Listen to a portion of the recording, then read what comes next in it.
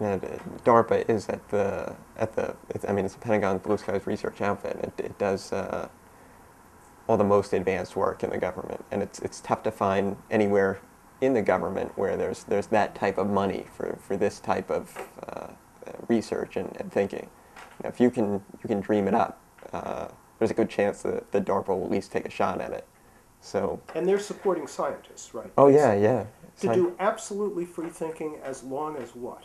Well, I mean, all of these projects ultimately, they're to further the Pentagon's war-making capacity.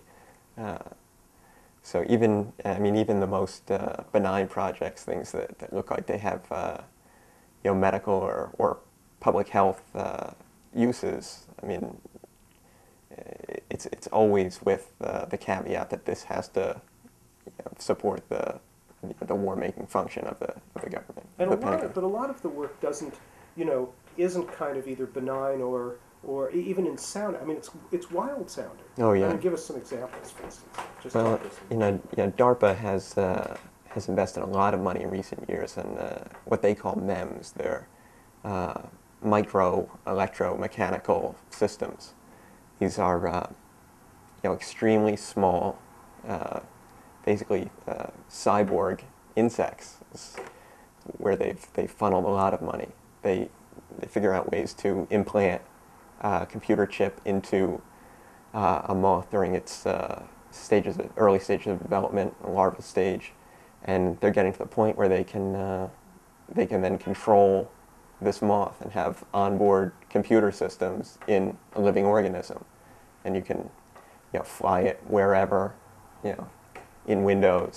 So watch out for the moth over your shoulder. That's right. I'll tell you another thing that interested me that you wrote about, which was a version of this same thing again, which is that in a government where thinking ahead has not been exactly a major attribute, the military is planning for wars and weaponry of 2030, 2040, 2050, right? That's right.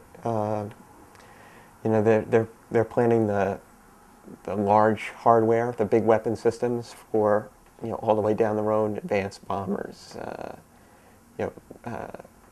teleoperated or autonomous vehicles. They'd be tanks or armored personnel carriers, that type of thing that drive on their own.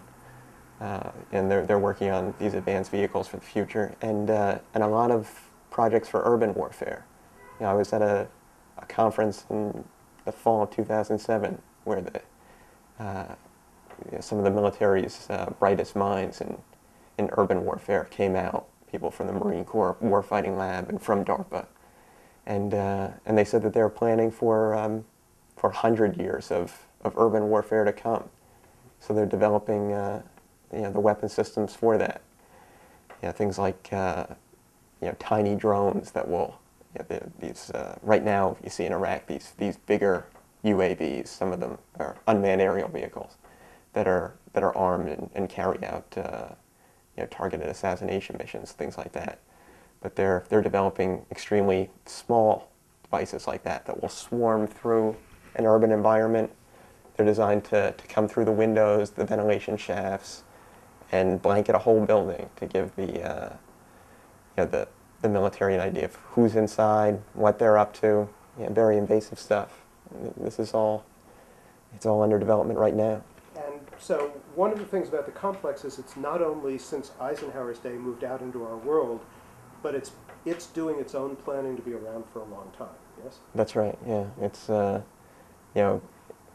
it sees its warfare is its business, so it's it's planning for it for the foreseeable future.